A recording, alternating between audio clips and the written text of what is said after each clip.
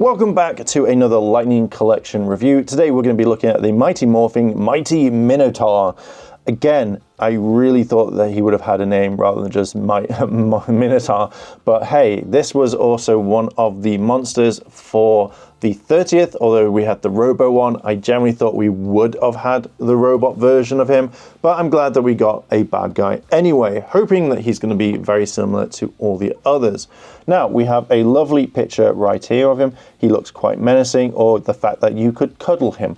Then we have a really nice piece of artwork here. Then we have Mighty Morphin. You can tell I haven't seen this. It's really, really dusty. Then literally right here, we see the actual toy itself, what it comes with. It comes with the actual figure, 2 hands, the shield, the kind of like the club, the lightning effect that obviously you can see right there. And it comes with a small clay version of himself, which I think is a really cool thing to actually have. Then we have another piece of artwork of Minotaur, which is exactly the same. At the top, it says Power Rangers Lightning Collection, and on the bottom is just the generic look at all these things here. Anyway, let's open up this bad boy and have a look inside. And here he is. He looks really, really cool. I had a very quick look at him when I bought him originally, but I really think it just looks like a giant teddy bear to me. But this is kind of really cool. I really like the kind of spikes on his his cuffs thing. That looks really awesome. I really like the kind of the silver that they've put on him. Like, it looks like it's meant to be, I don't know if it's meant to be like battle damage or if they've just decided to spray little parts to it. So I don't know. I haven't really seen Minotaur fight in Power Rangers for a long time.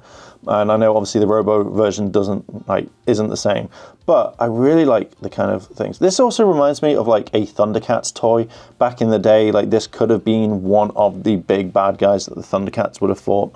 But yeah, like the way that they've got the texture of his fur, the way that they've done it, it's all individual. It looks like it's all individually sculpted and not just like the same thing everywhere. It looks really cool. Now, I would say here, to me, isn't the best. Like, it feels like, or looks like one of those chocolate rabbits that you get at Easter that really needs a little bit kind of like, the more you do that, it would just kind of crush in on itself. His feet, his hooves, should I say, look really cool. And I really like the fact that you've got the same sort of texture again. It looks all over the place, which is really, really nice. On the back, obviously more fur. It looks really cool. It works a lot more. And I kind of wish we had more hair on his front, but obviously we got what we got, and that's obviously what the Sentai designers did at the time. But I really like the fact that his kind of hair goes over here, so that looks like it's a battle dress. Is it on the front? Yeah, it is. I don't know why I didn't see that, or I missed it. We've got on here as well, that there is like indents, like again, battle damage. Like, he's been through so many battles all the way through his life, or for his very short life in Power Rangers. But I really like the fact that they've gone to detail, not just left it kind of blank and kind of like just a solid grey plastic. So it's nice to see that they've got texture. He's got a little bit of a tail, which is really cool. And yeah, the back of the head looks fine. I like the horns. Now, it doesn't feel like they should be smooth, and it feels like maybe this was 3D printed or that they didn't kind of finish the sculpt. So I don't know if they were going for texture, but I always thought that maybe his horns would have been like a smooth plastic. On the top of his head, you can see that the hair goes over, and his ears are sharp. So it's a really, really nice figure. Checking out the articulation for him, his hooves move really nicely. And even I like the fact that, just seeing it, you've got the effect right there. That's really, really nice. So you've got that there. It kind of moves like so. And you can. It's a bit of a struggle. Now he looks like he's skydiving, but it's not bad. Like, it's just a bit of a struggle to do it. Okay. His legs moving around is fine. It feels like he's getting his back cracked. But yeah, really nice. I like also his tummy trail too as well. That's cool. So he has the butterfly joints, which they all do, which is nice. And then you move the hand around like so. Hand around like that, which is nice. His arms can bend in, which is really nice. Like that, I do generally like. It feels like it's an actual, like, can bend his arms. I do generally like that. Okay, so you can't really move his head around. Oh, you can actually. It just needs to get past that first initial kind of like turn. So yeah, you can change his head, or you can move his head around, which is fantastic. These are the accessories that you get. I really like this shield. I think it looks really, really nice. I like that there is the kind of like silver on there, which is battle. I don't know, like I might go back and check the episode because I don't know why they've put it on there. But I really like they've put like battle scars right there. It's like kind of cut, so that's really, really nice. And effectively, it just looks like it would work perfectly. Even on the back, I really wish this was painted, but I'm guessing that obviously because paint comes off with Hasbro, but you're not going to really like kind of pay attention. Like you're not going to look at it and go, oh yeah, that's completely painted. This is his club.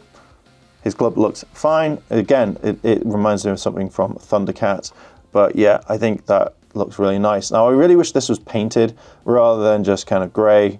I feel like you could have painted this a different color, but yeah, that's kind of sharp right there, which is nice. Then you get the two hands, the closed hand and the shield holding hand. So you can definitely have his club and his shield in there. This is his lightning effect, which you can put on his horns, which, okay, looks cool, but not my thing. And then here you have the little tiny Minotaur, which I think looks really cool. So this is cool to add to Finster's collection. I think that if they did all the Mighty Morphin figures, like the monsters, they came from like clay. I think they should have come with little clay monsters. I think that's pretty awesome for what it is. And there he is. There is the Minotaur.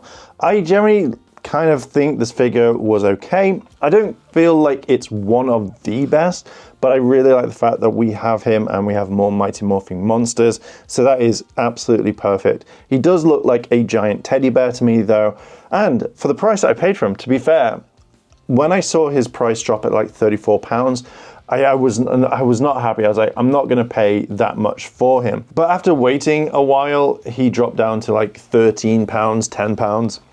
Which I generally think that is a bargain of a price for a monster like this.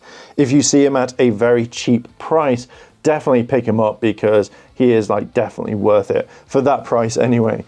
The figure isn't too bad. The only like downside I would have is maybe that the hands themselves, like because of the way the claw is, like it's hard to kind of get him to hold his weapon. So it's because it's closed so much, you're not able to get, like, say, all of this in, which I feel like if you're going to do him with a hand, have it so the fact that maybe his hands can close. Maybe have the fact that it comes attached to the weapon or something like that. I feel like once you do that, it's kind of like easy sailing because a lot of times when you're holding these weapons, you want them to grip them, but not be able to say, oh, I can't actually get the hand to grip around it, which is really, really shit. But yeah, I do like this figure. For the price I paid for him, he's definitely worth it. The articulation's fine, the monster is fine, but again, he's definitely worth around about £10 to £15 if you can pick him up. Any higher than that, maybe, but I probably would say no.